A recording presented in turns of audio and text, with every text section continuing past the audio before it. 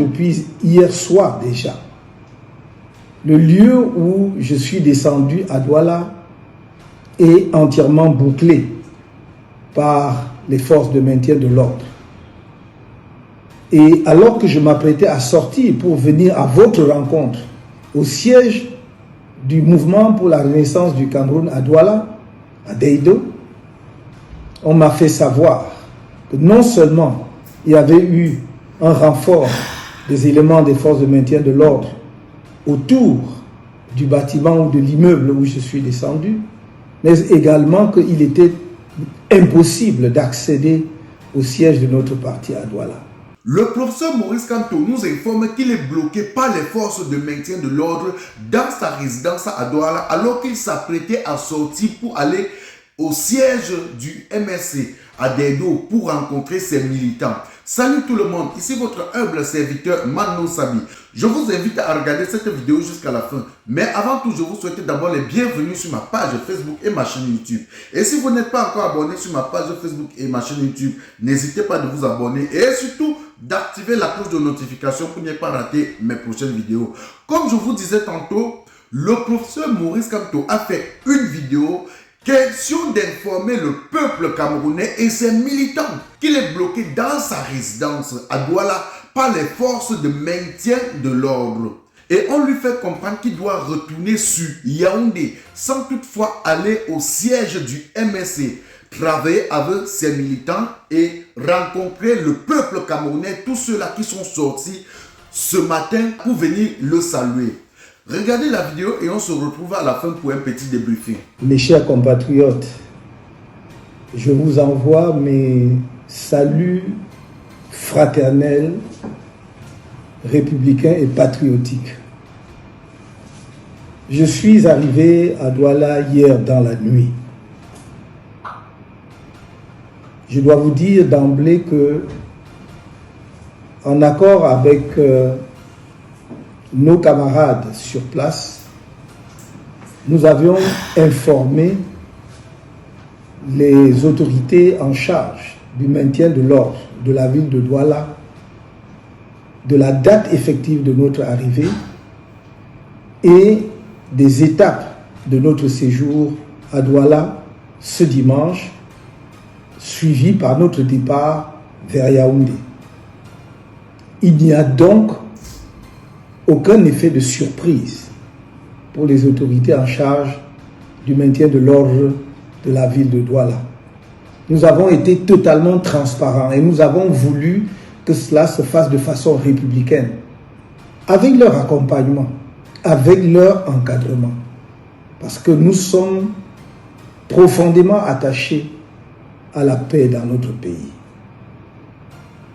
Mais depuis ce matin, et probablement depuis hier soir déjà, le lieu où je suis descendu à Douala est entièrement bouclé par les forces de maintien de l'ordre. Et alors que je m'apprêtais à sortir pour venir à votre rencontre au siège du mouvement pour la renaissance du Cameroun à Douala, à Deido, on m'a fait savoir que non seulement il y avait eu un renfort des éléments des forces de maintien de l'ordre autour du bâtiment ou de l'immeuble où je suis descendu, mais également qu'il était impossible d'accéder au siège de notre parti à Douala.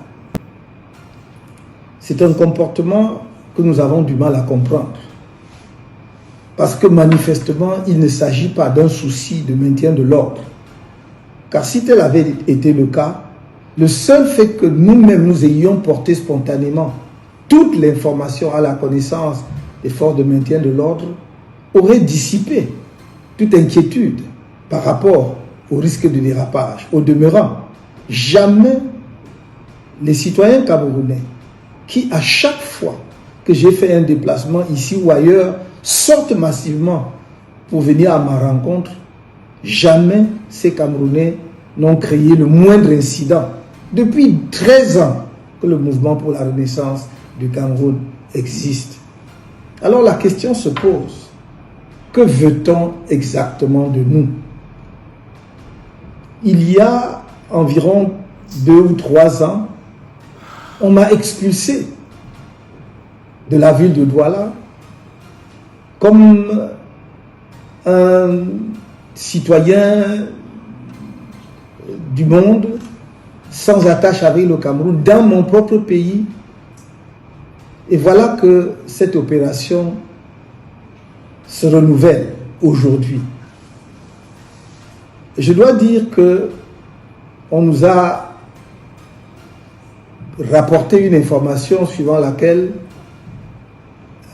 la plus haute autorité de la région du littoral aurait demandé que nous quittions la ville sans vous rencontrer.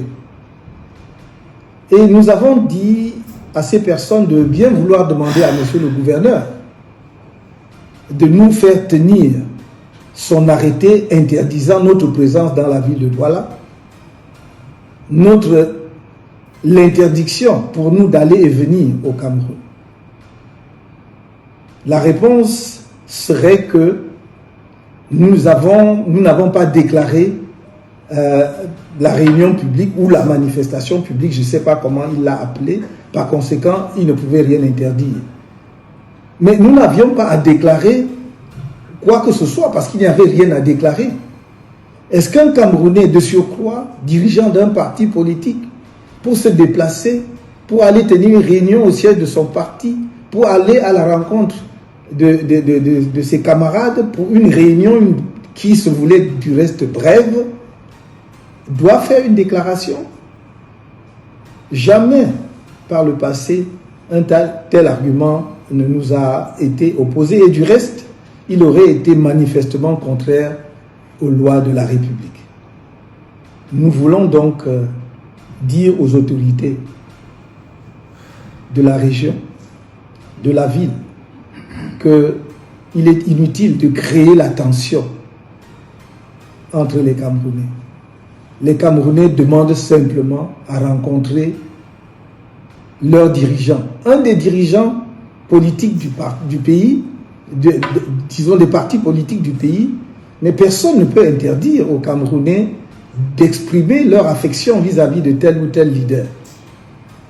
Nous voudrions donc que ceux qui veulent créer le désordre dans la ville sachent qu'ils emporteront l'entière responsabilité. Voilà à quoi résume notre pays. La dictature. La dictature et rien que la dictature. Voilà à quoi résume notre pays, le Cameroun. Voilà à quoi résume le Cameroun. Est-ce que sortir pour aller rencontrer son leader politique est un crime? Je pose bien la question. Est-ce que sortir dit que je dois marcher et aller rencontrer mon leader politique est un crime? C'est pas un crime. C'est pas un crime. Quelle loi interdit un dirigeant de parti politique d'aller travailler avec ses militants? Je vous pose cette question. Quelle loi interdit les militants d'un parti politique d'aller à la rencontre de son leader politique? Quelle loi interdit un citoyen d'aller rencontrer son leader politique? Pourquoi vous faites ça, chères autorités? Pourquoi vous faites ça? Ça, c'est ce qu'on appelle créer de la tension avec le peuple. Depuis le matin que je regarde les vidéos, je n'ai pas encore vu quelqu'un casser une bouteille. Je n'ai pas encore vu quelqu'un créer le désordre. Je n'ai pas encore vu un citoyen camerounais insulter Paul Biya. Je n'ai pas encore vu un citoyen camerounais créer la violence.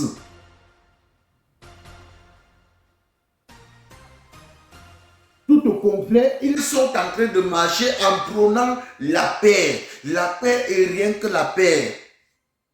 Pourquoi vous faites ça? Pourquoi vous voulez toujours détruire notre pays? Pourquoi vous voulez toujours créer le désordre avec le peuple, chères autorités? Je vous pose cette question. Pourquoi vous voulez toujours créer le désordre avec le peuple?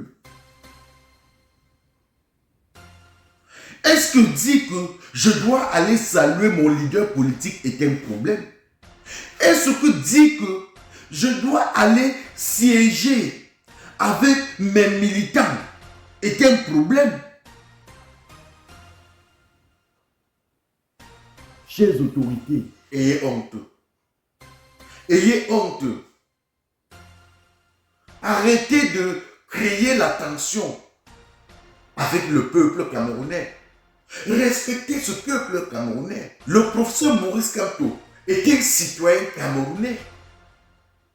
Il a le même droit que tous les autres citoyens camerounais, que vous aussi les autorités. Ça fait 3 ans qu'on l'avait déporté de Douala comme s'il n'avait rien à voir avec le Cameroun qui est son pays. Mais je vais vous poser la question. Monsieur le gouverneur, je te propose la question. S'il arrive qu'un jour, on te déporte aussi comme ça, ou qu'on te traite comme tu es en train de traiter le professeur Maurice Kamto, est-ce que tu serais content? Qu'est-ce qu'il a fait de mal depuis qu'il est rentré au Cameroun? Depuis hier soir? Qu'est-ce qu'il a fait de mal? De quoi avez-vous peur? De quoi avez-vous peur? Pourquoi vous avez peur?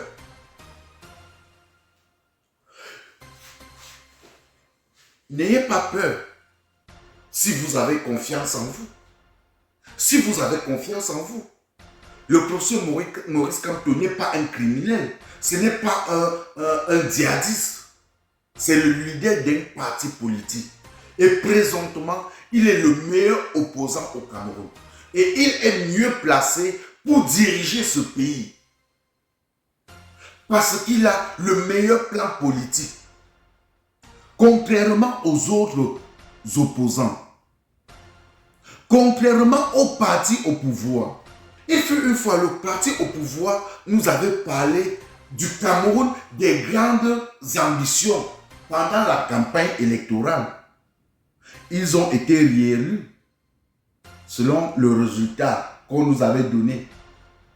Et durant les 7 ans de mandat, ils n'ont rien fait avec le slogan des grandes ambitions.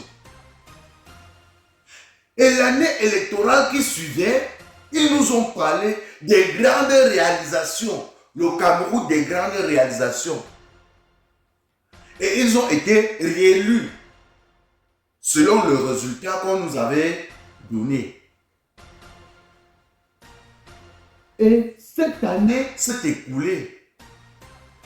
Ils n'ont rien réalisé avec le slogan du Cameroun des grandes réalisations.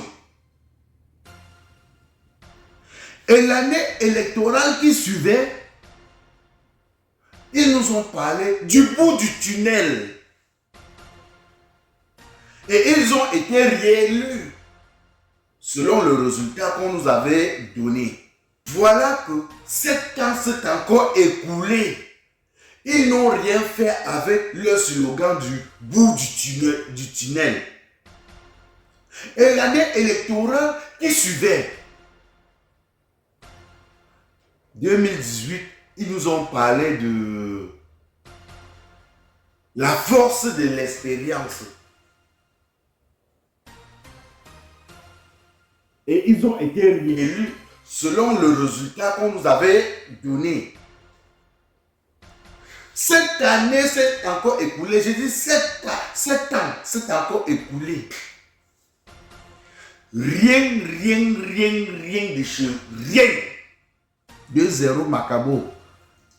Ils n'ont rien réalisé. À part la guerre du Nozo. À part le Boko Haram. À part le désordre par-ci par-là. Papa, vous n'êtes pas fatigué. Laissez une autre personne gouverner aussi. Laissez une autre personne gouverner aussi. Peuple camerounais, allez vous inscrire massivement sur les listes électorales et partagez massivement cette vidéo pour que nous puissions sensibiliser les gens pour que nous puissions véhiculer le message du professeur Maurice Kamto, ce qu'ils sont en train de faire au professeur Maurice Kamto. Partagez la vidéo au maximum. C'était votre humble serviteur Mano Sabi. On dit rendez-vous pour une nouvelle vidéo si prête à Dieu. On s'appelle. Salut les amis. Aujourd'hui, on dit stop aux tracasseries pour envoyer de l'argent à nos proches en Afrique. Il suffit juste de télécharger l'application TapTapSend. Et lorsque vous téléchargez l'application TapTapSend, lors de votre premier envoi, utilisez mon code promo NOSABI. NOSABI. N-O-S-A-B-Y. Tout en majuscule. Et lorsque vous utilisez mon code promo, vous bénéficiez de 5 € si vous résidez du côté de l'Europe. Et si vous résidez du côté des États-Unis ou du Canada, vous allez bénéficier de 10 $. Avec TapTapSend, même étant couché sur ton lit ou dans ton lieu de service, n'importe où, il suffit juste de sortir ton téléphone. En 2 minutes seulement, tu as déjà envoyé l'argent à tes gens en Afrique. Et tous les envois coûtent 2 € seulement. Pour le bonheur de souhait.